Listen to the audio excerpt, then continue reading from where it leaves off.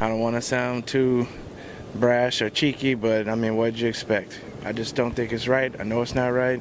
It's a pretty big subject, and it's kind of hard to talk about. I'm not too well informed on Syria and what's going on over there. Destroying Syria with more bombs and more war is not something to do to ultimately aid the Syrian people. I really think it's a good thing. I think what President Trump is doing is something that Obama failed to do.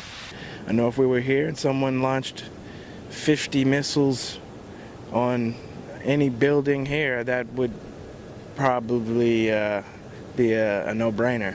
I just think he shouldn't meddle in the Middle East at all. Like, he thinks he's helping, but he's only making things worse. From my understanding, it's kind of someone needed to react, and that happened to be America. And so I think, Russia is pretty upset about the things. And it has shown that when America is weak on the global scale, another group fills in that role and more people lose their rights to life.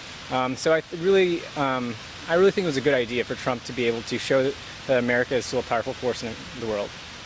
This is going to grow into something that is kind of mirroring what we did in previous wars, and that is get dragged into a conflict that perhaps maybe we shouldn't be there. We don't need to go into another war or conflict that will end in more deaths and more lives lost either on our side, on our American lives, or on Syrian lives, because ultimately more war in Syria will not end in anything but more death.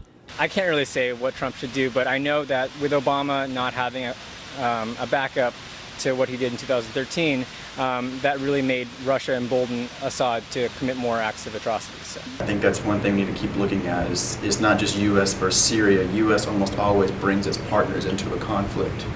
And I think this time our partners may not want to be in this conflict. hopefully this doesn't bring us into a world war.